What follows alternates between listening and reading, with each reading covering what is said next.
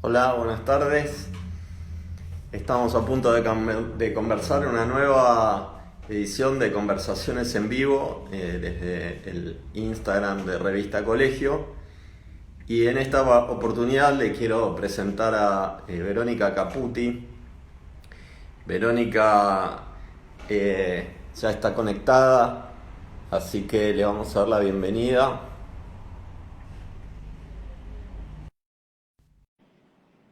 Ahí está, vamos a hacer una prueba de sonido. ¿Me están Ahí voy. escuchando bien? Hola, Vero. Hola, ¿cómo estás, Marcelo? Se escucha bien ahí, ¿no? Te escucho muy bien. ¿Cómo anda eso? Perfecto. ¿Cómo la van llevando? Bien, acá con el café de esta hora, que es el más rico después de tantas reuniones y videollamadas del día, pero es el momento de conversar con pausa. Así que, bueno, bienvenidos a los que se están conectando y gracias a vos por sumarme. No, por favor, un placer. Bueno, vamos a hacer una presentación formal de la entrevistada, a la cual tengo el gusto de conocer desde hace unos años, recorriendo un poco capacitaciones, congresos, escuelas, etcétera. Les quiero contar que Verónica es licenciada en psicología. Estudiaste en la Universidad del Salvador, ¿verdad? Exacto, sí, hace unos cuantos años. Bueno, no digamos cuántos entonces. Eh, No digamos cuántos. Después te fuiste especializando en educación y tecnología. Tuviste un paso por Flaxo, donde estudiaste eh, esto que estaba diciendo. Contame un poquito de tu perfil en cuanto a tu capacitación en Flaxo. Y también hiciste la diplomatura en gestión de la innovación educativa con nuestros amigos de la siglo XXI, ¿verdad? De la siglo XXI. Sí, bueno, yo me fui como transformando en servicio hace muchos años cuando me recibí de psicóloga. Yo este año cumplo 20 años como directora a cargo de escuela secundaria. Eh, Nunca me interesó demasiado el perfil clínico, siempre el de educación, y siempre fui atrás de una capacitación que viniera a traerme una propuesta de solución o que me permitiera idear una solución para trabajar en el escenario mío, que era la escuela. Y en esa línea después me fui como reconvirtiendo y transformando y sentía que si necesitaba liderar un cambio en el colegio ligado a lo que pasaba por fuera del colegio, ¿no? Los nuevos escenarios en los que se movían los chicos y los padres, que tenía que ver con este entorno tecnológico, necesitaba formarme. Y entonces, bueno, de ahí la especialización en educación y tecnología, y como soy inquieta, después me fui a hacer la diplomatura de diseño de gestión en innovación. Siempre, digamos, la capacitación al servicio de los problemas a resolver. A mí me parece que uno tiene que salir a buscar ideas como para conectarlas y ponerlas a trabajar en los campos en los que uno se mueve, ¿no? En ese sentido, sigo mucho a Jordi Adel. Yo sé, muchos de los que nos están siguiendo seguramente lo conocen y ya lo escucharon, pero me gusta mucho esta idea de pensar en los entornos de aprendizaje profesional, porque tiene que ver con enlazar la necesidad del campo en el que uno se mueve, profesional y laboral, con un estilo de vida, en definitiva, con una búsqueda que te va abriendo a otros y que te retroalimenta. Y bueno, ahí fui como dando esos saltos que vos contabas en grandes bloques. En el medio, bueno, también trabajé en filosofía para niños, que es lo que contabas en la previa, siempre ligado a esto de pensar en cómo piensan los chicos, que ahora uno diría en trabajar en metacognición, pero en definitiva, cuando trabajas en filosofía vas por la indagación, ¿no? Sí, filosofía es algo que particularmente me fascina y que la escuela atiende poco. Me acuerdo que hace muy poco tiempo una serie que se llamaba Merlí, que puso un poco en el tapete, ¿no? Que puso sobre la mesa cuáles son las habilidades y cuáles son un poco los ejes de pensamiento que el ser humano desde su misma, con el paso de los años fue como repensando, ¿no? Así que todo eso, bueno, te fue formando como una profesional inquieta y hoy estás abocada a la dirección de innovación del Instituto Victoria Ocampo. O sea que bien, bien, bien en la Sí. trinchera, no solo en lo académico y en lo formativo, sino que estás bien, bien en la trinchera. Y quería un poco hablar de eso, ¿no? En principio, Contame un poco, y sobre todo para la gente que nos sigue en la conversación, hablame un poco de las TICs y las TACs. O sea, hablame un poquito de eso, ¿no? ¿A qué nos referimos cuando hablamos de innovación y cuando hablamos de tecnología? Y si ambas pueden ir de la mano perfectamente en lo que significa, ¿no? Las comunidades de aprendizaje. Sí, bueno, lo contaste es cortito, pero es un tema complejo y apasionante. Mira, cuando hablamos de innovación, lo primero que a mí me gusta mencionar es que estamos hablando de procesos de transformación, que son más complejos que los procesos de cambio. Digo, para simplificar, yo voy a cambiar un jean, no me gustó uno, lo cambio por otro, y hay un objeto de por medio. Cuando yo estoy pensando en un escenario como la escuela y en transformar la escuela, yo no puedo cambiar figuritas, porque yo estoy trabajando con gente y con vínculos. Entonces el cambio es más profundo porque tiene que impactar en esa cultura y en esos vínculos internos de la escuela. Y entonces cuando hablamos de innovar, me parece que tiene que ver con esto, con poder transformar con sentido. Ahora, vos no innovás de la nada o a partir de la nada, sino que siempre partís de un problema. Eh, Positivamente pensado el problema como una oportunidad. Entonces, cuando vos tenés una necesidad, tenés un problema, tenés una necesidad, tenés la posibilidad de idear una solución, bueno, eso generalmente va de la mano de un proceso de transformación. Para generar un nuevo juego, pensando en la escuela como un ecosistema. Eh, entonces, me parece que primero hay que tener claro eso, ¿no? Que cuando hablamos de innovación hablamos de transformar, y de transformar con sentido y profundamente. No sé si a largo plazo, porque después vas a necesitar, en función de los nuevos problemas y necesidades que detectes, generar otras transformaciones. Pero sí que sean profundas, porque es lo que van a generar una cultura que tenga que ver con el modo de hacer y con generar identidad a todos los que quedan enlazados dentro de esa comunidad. En esa línea, retomando lo que me preguntabas de las TIC y de las TAG, que supongo que estás pensando en el artículo de Casablancas, hay uno muy conocido de Silvina Casablancas, que es como un ABC en flaxo, que se llama El pasaje de las TIC a las TAG, y que habla de esto, ¿no? De pasar de las tecnologías de la información y la comunicación a las tecnologías del aprendizaje. Eh, Cuando pensamos en transformar, y no importa de qué escuela se trate, seguramente los que están del otro lado van a coincidir, si trabajan en educación, los problemas más grandes siempre tienen que ver con espacio, tiempo y relaciones, ¿sí? No importa cuál sea tu proyecto educativo, si vos les preguntas a los educadores de una escuela qué problema tenés para concretarlo, no nos podemos reunir, no tenemos tiempo, no sé cómo conectar a Convé. A Convé le hace este contenido con este proyecto, esta persona con este otro departamento.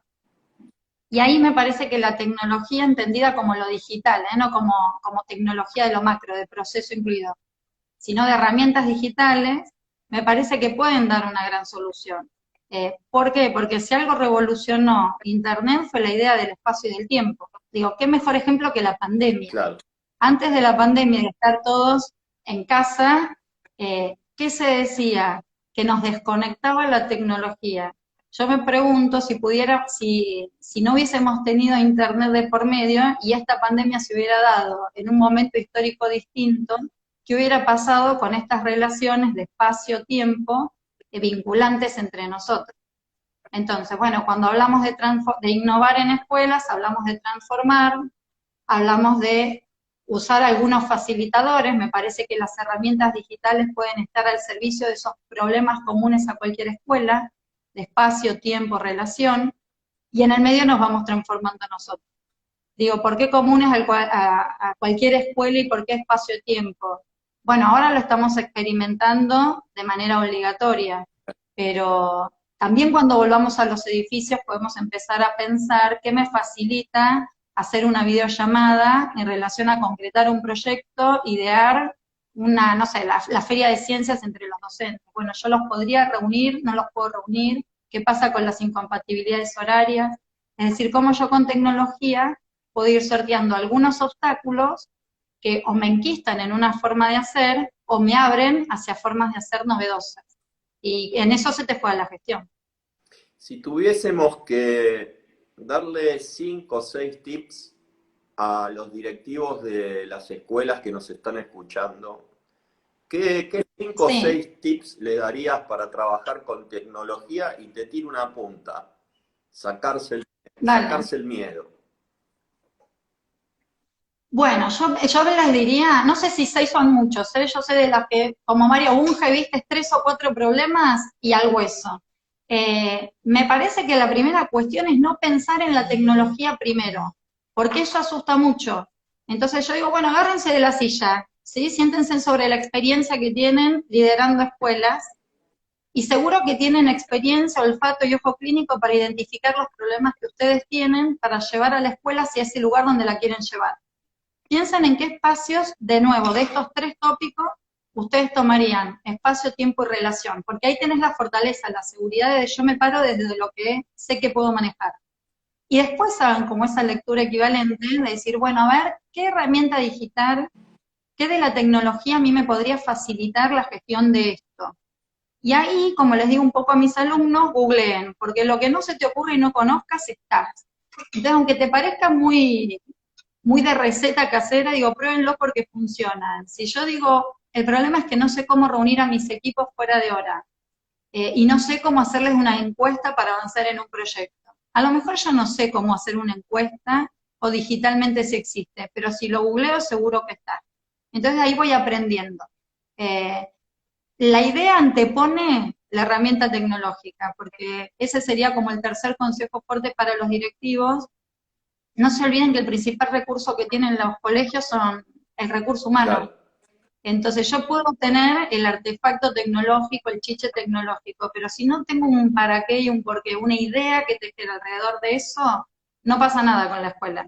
Digo, puedo generar un cambio. Antes no tenía pizarra digital y ahora sí.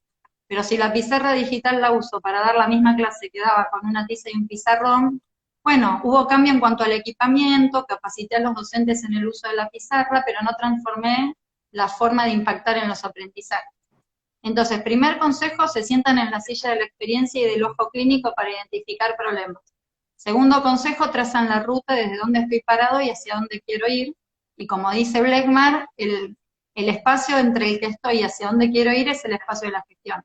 Tercero, empiezo a pensar, a pedir ayuda, asesoramiento, a googlear, ¿qué herramienta digital me lo puede venir a resolver? Tercero, apoyarme en la gente, porque la gente es la que va a mover o no va a mover ese recorrido.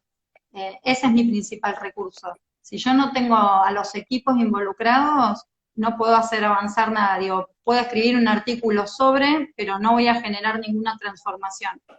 Y en ese involucrar a la gente también estoy pensando en los chicos y en los padres, porque en general se piensa como que, digamos, antes se ideaba la transformación de una escuela desde la oficina del director. Después se pensaba, y a veces todavía se piensa, que se puede armar la transformación de una escuela entre docentes y directivos, como si no tuvieran que ser involucrados los principales destinatarios, que son los chicos. Ahora, los chicos no están solos, hay una elección ideológica de una familia con respecto a la educación cuando los anota en una escuela o en otra. Entonces, necesariamente cuando empezás un proceso de transformación en la escuela, tenés que pensar en impactar a todos, porque si no los haces parte, no prende, no lográs institucionalizar. Ese sería también como mi consejo, busquemos institucionalizar, porque puedo tener muy buenos docentes, puedo tener muy buenas clases, pero la suma de todo eso no me hace una escuela. Y ahí yo creo que sería como la vuelta que le daría. Trataría de pensar la escuela como un ecosistema, tratando de tocar todo al mismo tiempo. Eh, en ese sentido, yo no soy muy partidaria de los cambios graduales, y sé que esto a veces genera como algún susto, Controversia, por lo menos controversia. algún sustito, ¿viste? Algo de todo junto y al mismo tiempo. Eh, pero digo, así como Internet vino a romper la idea de tiempo, y uno no puede pensar un tiempo lineal, y nuestra vida no es lineal, porque algunos nos estarán escuchando y estarán leyendo simultáneamente las notificaciones de WhatsApp. No puedo pensar una escuela linealmente, pues no puedo pensar que del día 1 al 5 voy a transformar tal cosa, del 5 al 10 voy a transformar otra, porque cuando llegué a la mitad del mundo ya cambió, y a lo mejor eso que yo procuraba transformar se volvió impertinente e innecesario. Entonces, si nos pensamos como que todos somos parte del problema, pero también de la solución, yo tengo que pensar a la escuela como un ecosistema. Y el desafío más interesante, más complejo, pero más interesante, es esa posibilidad de ir subiendo escalones juntos. Esto como que estamos metidos en el mismo océano y que vamos surfeando las olas juntos. Eh, Eso es lo apasionante en realidad, lo que justifica la macrogestión desde el rol de un director. Sí, estamos todos en la misma tormenta, pero no todos tenemos el mismo tipo de barco ni el mismo tipo de motor. Entonces es una Mm, situación compleja, ¿no? Una cosa es el mapa, es decir, lo que te dice la sí, currícula, lo que te dice el ministerio, y otra cosa es tu escuela, otra cosa es tu organización, y otra es el territorio digital o el territorio colaborativo que puedas organizar a partir de este tren bala que nos atravesó a todos y nos dejó a muchos sí. esperando en la estación. Es decir, hoy el mundo está atravesado por esto y sin embargo, así como las escuelas vivieron su problemática de cómo dar las clases, hoy la escuela está funcionando en línea. En algunos casos mejor, en Sí, otros no tanto. Pero me gustó mucho lo que dijiste sobre esto de generar ecosistemas, ¿no? De generar una cultura en la organización, una cultura de innovación, una cultura de dar. ¿Cómo contagiás a los inexpertos? ¿Cómo contagiás a los resistentes? ¿Cómo involucrás a los padres? ¿Cómo lo hiciste? Eh, mira, me parece que el desafío y la llamada está a transformarse uno. No estamos transformando un proyecto aislado. Es una oportunidad para avanzar todos. Desde el escalón en el que estás parado es indistinto, porque digamos, ahí también, digamos, los procesos van variando. Pero es una llamada a transformarnos todos. Entonces, si voy al caso puntual de mi colegio, o si lo pienso en términos de comunidad de aprendizaje para ampliar y permitirles a otros que empaticen con sus propias realidades, vuelvo a lo mismo, si estamos todos siendo parte del ecosistema, todos nos tenemos que ver impactados, todos tenemos que sentir que aprendimos algo. Esa me parece que también es la nueva función de la escuela, ¿no? Que el destinatario no sea el chico. Te pongo un ejemplo, nos tuvimos que ir a trabajar todos en línea. Así como el docente tuvo que pensar una dinámica de clases especial, porque una cosa es dar eventualmente una clase en línea y otra cosa es sostener a una escuela en línea. Y el chico tuvo que acostumbrarse a una rutina distinta, adquirir alguna herramienta distinta si no la tenía, o navegar por una plataforma en la que no estaba acostumbrado. Ese papá que quedó en la casa, sobre todo los de inicial y los de primaria, también tuvo que generar alguna destreza novedosa si su formación o si su trabajo no le requería en la vida cotidiana coquetear con una plataforma Claro, educativa. sí. Entonces, ahí trabajé mucho con los padres esta idea de que ellos también, gracias a que eran parte de este ecosistema, tenían la posibilidad de crecer con los hijos, que no estaban eligiendo solo un programa de estudios para los hijos, sino que estaban eligiendo un estilo de vida. Si el valor central de la escuela nuestra, del ADN, es la superación, bueno, en esto nos superamos todos. Ahora esto vale en realidad para cualquier escuela que se posicione como comunidad de aprendizaje. Entonces, este ascenso social a través de la educación, que antes se buscaba solo para los hijos, puede ser muy inspirador para una familia si lo pensamos para todos. Y puede ser muy inspirador para el personal docente que se sienta convocado a sentirse transformado profesionalmente. Entonces ya es más allá del boletín o del informe de la directora o de la medalla que le den a mi hijo. Es esto de ganar, ganar, sentir que a fin de año todos vamos a salir ganando porque todos pudimos aprender algo. Entonces me parece que si la convocatoria tiene que ver con nos superamos todos, y eso tiene anclaje en el proyecto de vida de cada uno, bueno, va teniendo sentido, porque entonces no te queda disociado el discurso de, bueno, la escuela tiene que dar una formación integral y formar personas, como si esas personas no fueran parte de un ecosistema familiar, de un ecosistema comunitario. Entonces lo fuimos haciendo así. Digo, el papá, nosotros, por ejemplo, una de las cosas que hice fue generar reuniones de padres por Hangout Meet, nosotros estamos trabajando con Google, entonces mantuvimos las reuniones de padres. Para En el muchos nivel, hacer una video, en todos los niveles o en el inicial solamente? No, en los tres Ajá. niveles, en los tres niveles. Que era algo que igual teníamos proyectado para este año, por lo mismo, porque uno no puede desconocer en qué escenarios laborales se mueven los padres. Entonces, si yo programo una reunión para las 8 de la mañana y no viene nadie, bueno, una opción es pensar a estos padres no les importa nada, pero la otra opción es pensar que no pueden pedir permiso y estar a las 8 de la mañana si tienen tres hijos 3 veces en el mes, porque los citamos a 3 reuniones. Entonces ahí de nuevo, vuelvo a la primera pregunta que me hiciste, tengo un problema, no vienen los padres a las reuniones. Genero una hipótesis con respecto al entorno, no me tengo que olvidar de que hay un mundo atrás del límite físico del edificio de la escuela. Ujú. ¿Hay alguna herramienta tecnológica que me facilite una solución, hacer coincidir en espacio y tiempo a los padres y a los educadores? Y bueno, sí, una videollamada. La pandemia nos vino como anillo al dedo como para empezar a experimentar. Pero digo, ¿por qué no lo podríamos sostener después? Si esos padres van a seguir trabajando con horarios laborales complicados para venir a una reunión a las 8 de la mañana.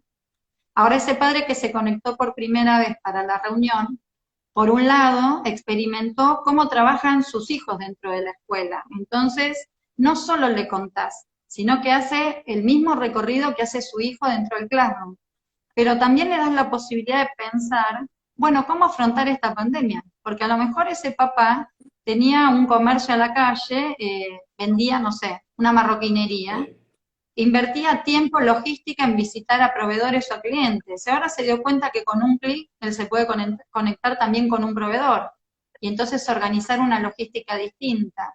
Y entonces ahí vuelvo al tema de cómo lo hicimos, incorporándolos a todos, porque entonces ahí vas construyendo una razón de ser que va más allá de impactar solo en el chico. Entonces tiene sentido que todos hagamos el esfuerzo de dar la mejor versión que nos toque desde el rol que tenemos. La mejor versión de directores, la mejor versión de educadores, la mejor versión de padres y de alumnos. Y ahí me parece que generas mucha más pertenencia. Es como la posibilidad de pertenecer, porque ¿en qué se basa ahí la pertenencia? En la identidad colectiva que va generando, en una forma de ser. Digamos, podemos tener distintas organizaciones familiares, podemos trabajar de cosas distintas, podemos tener distinto nivel económico, pero apostamos todos a seguir aprendiendo para superarnos, que es la lógica de las comunidades de aprendizaje.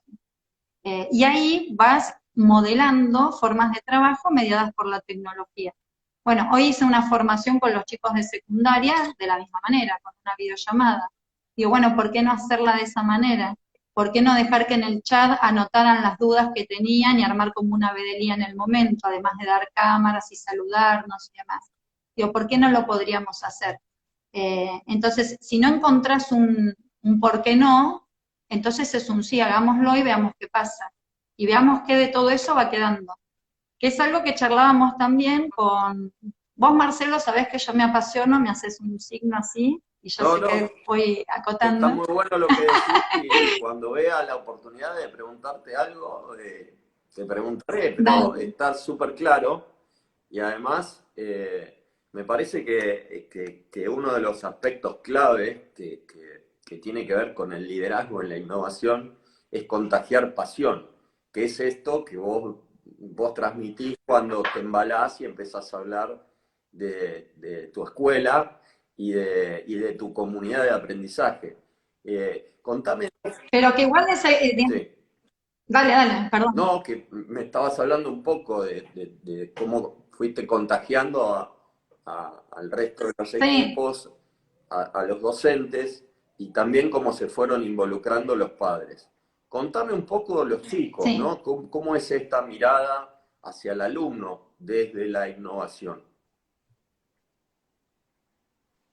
¿En qué sentido? A ver, ¿qué querés específicamente? No, ¿Cómo pensamos a los básicamente, chicos o cómo piensan los chicos? claro, los chicos, o por ejemplo, dame dos o tres ejemplos de trabajos colaborativos que hayan hecho o en los últimos 2 meses, donde hayan recibido un feedback muy positivo de los docentes e inclusive de los chicos. Mira, te cuento algo. Les hicimos un desafío filmado a los chicos que les preguntábamos antes del coronavirus a los de secundaria. ¿Qué pensás, qué pensabas de la escuela? ¿Qué era la escuela? Y ahora, ¿qué pensás después del coronavirus? Y nada, esas cosas, esos comentarios que te quedan porque son la frutillita de la torta. Un alumno mío que está en segundo dijo, yo antes pensaba que la escuela era exigente y ahora pienso que es innovadora. Entonces les preguntábamos por qué, porque después tuvimos feedback y por esto de que sienten que están pudiendo trabajar juntos igual. Nosotros Claro, veníamos trabajando, en realidad no fue por la pandemia, con herramientas colaborativas. Entonces, esto de coeditar un texto, de tener que hacer una videollamada donde discutieran cómo resolver un trabajo grupal y que ese video fuera la evidencia del trabajo en grupo para los docentes, por ejemplo, es algo que veníamos haciendo. Entonces, ellos lo toman como con cierta naturalidad. Digamos, cuando comparan con otras experiencias, a veces notan la diferencia, pero al mismo tiempo lo tienen totalmente naturalizado, ¿sí? sí, Porque ya te digo, vamos como en esa línea de trabajo hace rato. Y ahí volvemos a lo mismo, porque me habías pedido que ejemplificara para que pudiera ser a lo mejor aplicable a otras realidades. Hay un problema fantástico que comparten en todos los foros los docentes, que es si los chicos se copian o no, si cómo trabajan en grupos, si se saben dividir la tarea en grupo. Bueno, yo ahí siempre digo dos cosas. Si los chicos pudieron dividirse por partes y cooperar en lugar de colaborar, es porque la consigna estuvo mal planteada. Digo, si yo me puedo dividir y decir, che, vos hace dos, vos hace tres, y después sumamos, estuvo mal planteada. Pero a veces es verdad que faltan evidencias de cómo se trabaja al interior del grupo. ujú, Entonces teníamos ese problema, una profesora de matemáticas de mi colegio me decía, mira, trabajamos con rúbricas, se coevaluaron entre los chicos, todos se pusieron 10, dice, entonces, ¿trabajaron fantásticamente en grupo o están haciendo trampa? Frente a ese problema, la solución fue, ¿y por qué no hacemos que ellos se filmen discutiendo cómo van a encarar el trabajo? Y les generamos una rúbrica donde cada uno tenga que generar dos aportes fundamentados a partir de la bibliografía de por qué lo resolverían así y no de otro modo. Y eso fue fantástico porque al principio surgió desde la perspectiva docente, desde el lugar del control, pero cuando generamos la evidencia, nos dimos cuenta que podíamos seguir cómo el chico razonaba y cómo cada chico razonaba, y además cómo se daban los vínculos y los roles al interior del grupo. Entonces, como esto lo venimos haciendo, los chicos lo tienen naturalizado, ¿sí? Sí les sorprendió que hubo como un continuo, una continuidad entre lo que veníamos haciendo y a lo que nos obligó la pandemia.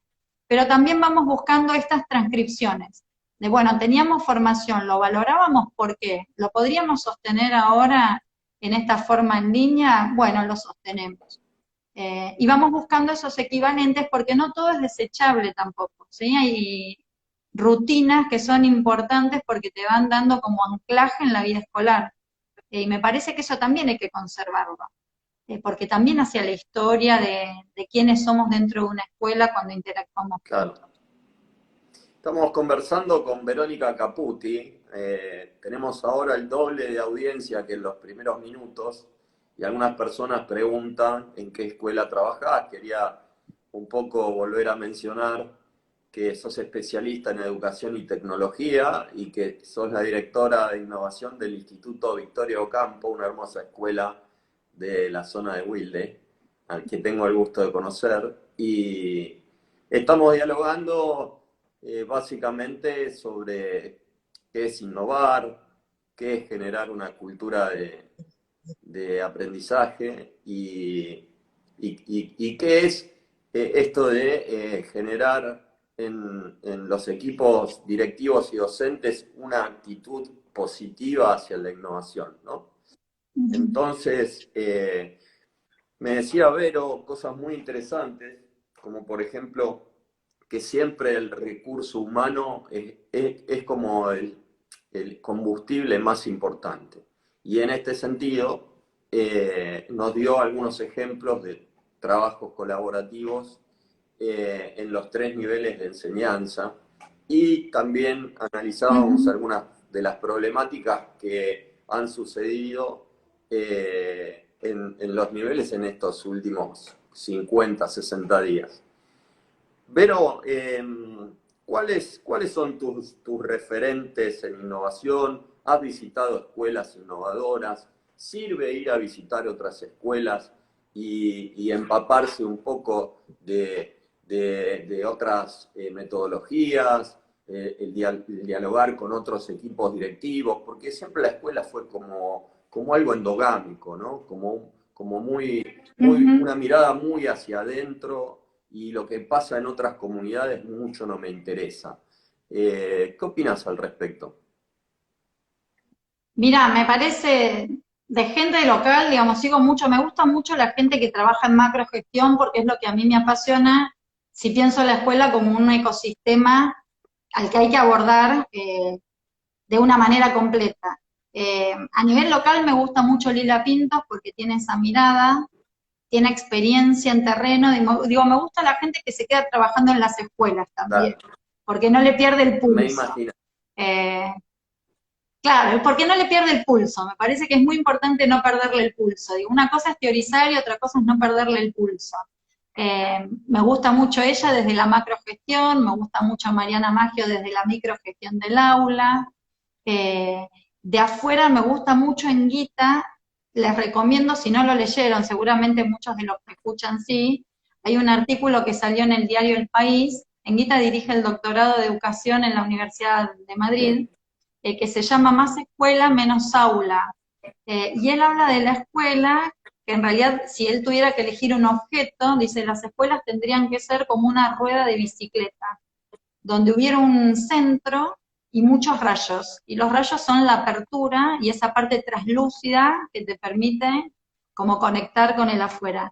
Me gusta mucho esa línea ideológica para pensar la escuela. Me gusta Montserrat del Pozo por lo que les contaba, por esto de, bueno, vamos al hueso, y aunque sepamos que un proceso de transformación en una escuela no dura menos de 7 años, abordemos todas las variables, pero también me gusta mucho seguir a gente que no tiene nada que ver con innovación educativa, porque justamente es lo que te permite sacarte el sesgo de lo escolar y pensar qué cosas funcionan en otro ecosistema desde una cultura distinta, como para no terminar replicando cosas parecidas a las que veníamos haciendo. Entonces, no sé, sigo a Campanario, que es economista, y vos decís, y bueno, ¿y qué tendrá que ver Campanario? Y me interesa porque está permanentemente pensando en tendencias del mundo y también en tendencias económicas. Digo, la escuela tiene que formar a los chicos para un mundo en el, donde las economías también existen. Entonces, no solo buscar autores y referentes de innovación educativa, sino tendencias en general. Esa gente que puede visionar e imaginar cómo van a ser los próximos años del mundo. Entonces, no sé, desde charlas TED hasta esto que te decía, o de leer libros sobre unicornios, para ver cómo lo pudieron visionar. Me gusta seguir a gente que pueda anticipar tendencias, porque después ves cómo piensan las relaciones. Y ahí volvemos un poco al inicio de la charla. En definitiva, los problemas del mundo siempre giran en torno a 3 o 4 problemas que son filosóficos. ¿Cuándo, cómo vivimos? ¿Cuándo nos vamos a morir? ¿Qué vamos a producir? ¿Existe Dios o cualquier creencia? No importa, pero modelos ideológicos en lo político, ponerle en creencia la categoría que quieras. Y me parece que hay que seguir la evolución de esos 3 o 4 temas que nos complican y nos convocan a todos al mismo tiempo. Digo, cuando un padre en una escuela te dice, yo quiero que mi hijo sea feliz, no te está diciendo, vengo a hablar de filosofía con vos, pero es importante pensar en qué está pensando ese padre. Y cuando un educador te dice, bueno, y yo quiero ser un profesional de la educación o un trabajador de la educación, también es una postura ideológica que seguramente va a impactar en sus prácticas. Entonces me gusta mirar para dónde van las tendencias en general. Me parece que es muy bueno ese ejercicio de no leer a propósito cosas que tengan que ver sobre educación, eh, porque te pueden aportar una mirada de una escuela más abierta y más porosa. Ahora estamos entrando a la última parte de la entrevista, pero antes de ir hacia esa parte final, donde quiero recrear un poco cuáles son las habilidades que necesitan los alumnos de hoy para un mundo tan complejo y lleno de incertidumbres, Sí. quería hacerte una pregunta más con respecto a la innovación, porque hace muy poco tu escuela, que tiene 25 años, cambió su escudo tradicional. ¿Cómo, Uh -huh. ¿Por qué decidieron cambiar el escudo? ¿Cuál es la recepción que tuvo en la comunidad en un momento tan complejo como este para hacer cambios tan importantes. ¿Qué recepción tuviste de toda la comunidad de la escuela con ese cambio tan emblemático?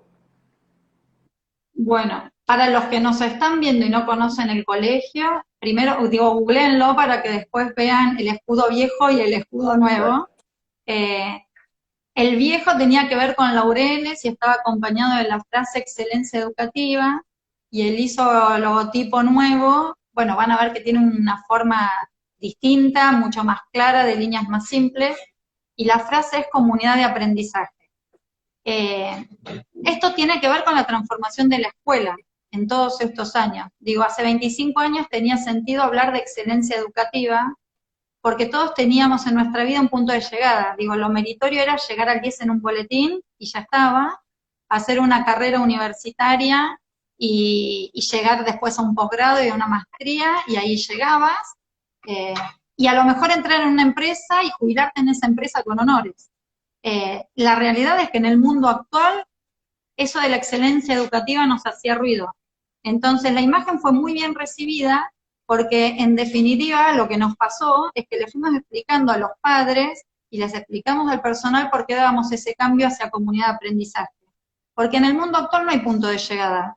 Estamos permanentemente todos moviéndonos en escenarios cambiantes, a los que nos vemos obligados con los que nos vemos obligados a interactuar. Entonces, seguimos aprendiendo para aprender a movernos en esos escenarios. La imagen acompañó eso, que me parece interesante porque vuelvo al inicio de la charla. Así como no puedo pensar primero en la herramienta tecnológica sin pensar en el sentido, no puedo pensar en un cambio de imagen sin tener claro qué es lo que quiero comunicar y quiénes somos. Y ahí vuelvo siempre a lo mismo, ¿no? A lo identitario, que en lo macro se juega en la comunidad, en la institución, y en lo micro, en ese docente que quiero ser, en ese padre que quiero ser, en ese alumno al que hay que acompañar a ser. Hablando del alumno, ¿cuál sería el perfil del alumno? No te digo el que busca tu escuela, sino una escuela innovadora, ¿no? ¿Qué tipo de perfil del alumno busca? Porque me hablaste de algo para mí trascendental, que es muy ontológico, ¿no es cierto? Que es la búsqueda de la felicidad, que es algo que habla de la filosofía de épocas anteriores a los griegos, ¿no? Y que siempre el ser humano se ha replanteado con el correr de las épocas. Hoy, en esta época, que no es una época cualquiera, es una época bisagra, un cambio de época muy fuerte, ¿qué tipo de habilidades debería desarrollar un colegio innovador? Mira, si me lo hubieras preguntado hace 6 meses, te habría hablado de la capacidad de adaptación de los chicos y esto de aprender a aprender con otros, ¿sí? Ahora agregaría y pondría como eje central, te diría, que la escuela tiene que aprender a frustrar a los chicos. Me parece que si la pandemia nos puso lupa sobre algo, es sobre esto. Porque ya veníamos hablando de educación emocional, pero viste que la palabra frustración hace ruido para un padre que busca una escuela para que su hijo sea feliz, y no estamos muy acostumbrados a hablar de eso. Pero si pensamos la frustración como la emoción que surge de no cumplir un deseo, o de que no se te cumpla un deseo, me parece que para ese mundo que los chicos habitan y van a tener que seguir habitando, tan cambiante e inesperado, la escuela tiene que aprender a trabajar con los chicos la frustración, para naturalizarla como una emoción más. Digo, trabajamos la rabia, trabajamos la alegría, pero no se trabaja mucho eso. Si pudiéramos trabajar la frustración como esa emoción lógica cuando un deseo no se cumple, podríamos naturalizar la idea de fracaso o de error. Entonces, bueno, surgiría después un nuevo deseo y no pasa nada. Entonces, esto de poder trabajar con los chicos, no solo el desarrollo de las emociones, que en algún punto está tan trillado como la palabra innovación. Me parece que tendríamos que formarlos para que toleren dentro de las crisis vitales la frustración. Digo, tenemos ahora un problemón con los egresados de sexto año en todo el país culturalmente, porque es terrible lo que ha pasado para ellos en función del deseo y de lo que tenían proyectado de cómo iban a hacer las cosas. Sí, ¿Y con qué estamos trabajando en definitiva? Con la frustración. Pero también nos está pasando todo. Digamos, los que en febrero habíamos pensado en determinados proyectos presenciales que ahora no tienen su reconversión en lo digital, los padres, las familias, más a nosotros por la época del año. Digo, culturalmente brindamos, nos vamos de vacaciones, diciembre, y el año para los argentinos empieza en marzo. Y entonces entre la playa y marzo todos hacemos la lista de lo que queremos que nos ocurra durante el año, sí. ¿sí? Y parece que el año empieza ahí y que los grandes negocios se van a producir a partir de marzo, las grandes reconversiones profesionales también, vamos a adelgazar. Y ahora parece que cuando estábamos por iniciar esa lista de buenos deseos, se acabó todo, nunca la pusimos en marcha. Entonces digo, así como tenemos que trabajar nosotros nuestra propia frustración, que puso tan en evidencia esa necesidad de la pandemia, me parece que las escuelas, además de hablar de emociones en general y educación emocional en general, deberían incorporar esto. Porque no sabemos si cuándo nos va a tocar encerrados la próxima pandemia, no sabemos qué mundo va a quedar y no sabemos qué va a pasar con el deseo. Entonces el tema es poder como reconvertir ese deseo y seguir siendo sujetos deseantes. ¿De qué no importa? Porque el de qué te lo va a dar lo epocal. Digo, no son los mismos deseos los que tenían mis padres a los que tengo yo, ni los que tendrán mis hijas. Pero lo importante me parece es que generemos seamos suficientemente buenos inspirando a los chicos para generarles deseos, pero que también seamos suficientemente buenos para acompañarlos en la frustración que da que no se te cumpla un deseo, pero que no te invalide para seguir deseando. Porque en ese seguir deseando, bueno, está como la adaptación a lo focal. Tendría que pasar por ahí, me parece, todo lo de formación emocional. Ahora, con respecto a las habilidades, bueno, en todas las habilidades estrictamente más cognitivas asociadas a lo duro, a lo que se vive como habilidades más ligadas a lo estrictamente académico y demás, el aprender a aprender, y con otros, ¿sí? Aprender a aprender con otros, que también parece trillado y es fácil de enunciarlo, pero es muy complejo porque no tenemos mucha cultura de trabajo colaborativo. Y ahí vuelvo al punto inicial y estoy dando vueltas siempre sobre 3 o 4 ideas. Si no nos involucramos todos en esa transformación, te queda disociado lo que escribimos para un artículo y lo que pasa al interior del colegio.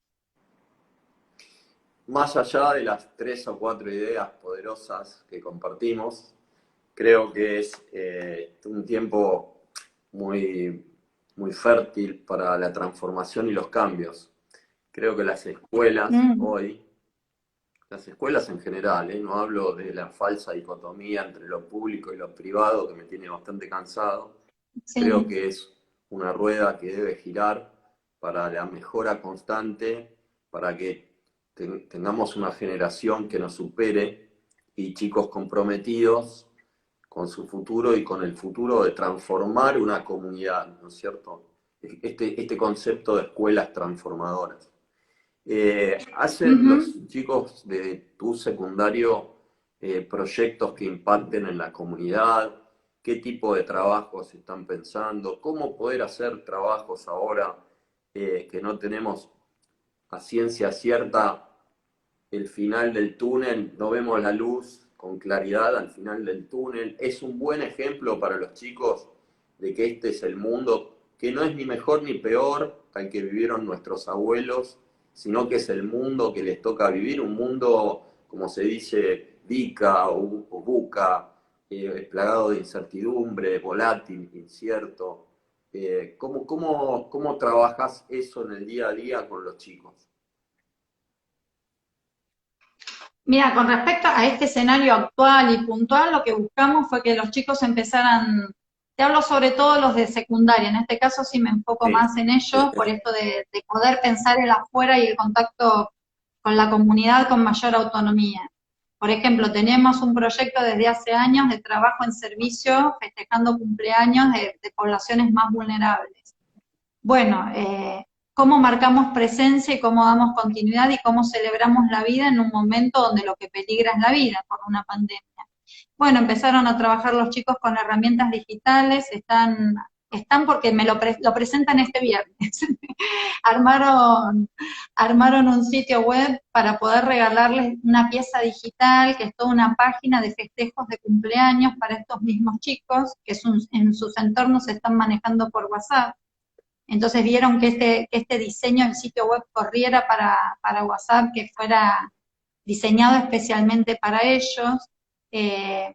En eso los cruzamos con técnicos, hicimos videollamadas, digamos, les dimos un plus de formación a los nuestros, pero pensando en otros.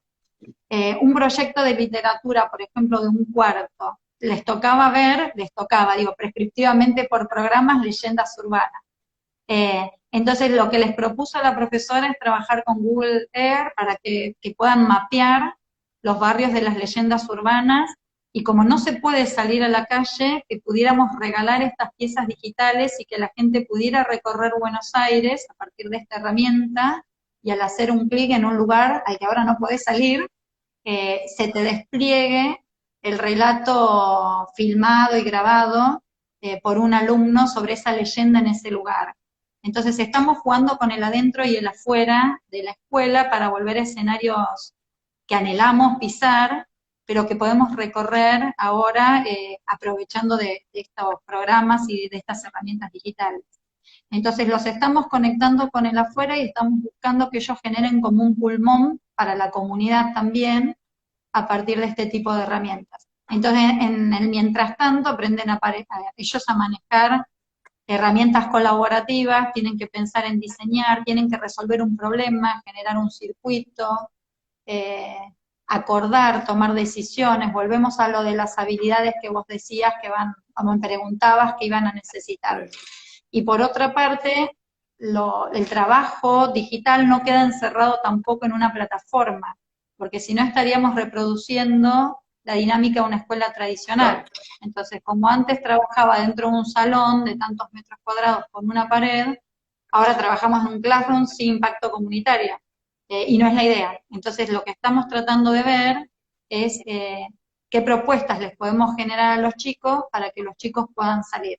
En el caso de los otros niveles, involucran mucho a las familias, porque son las facilitadoras de lo digital en un nene de 2, 3, 4 años o de primaria.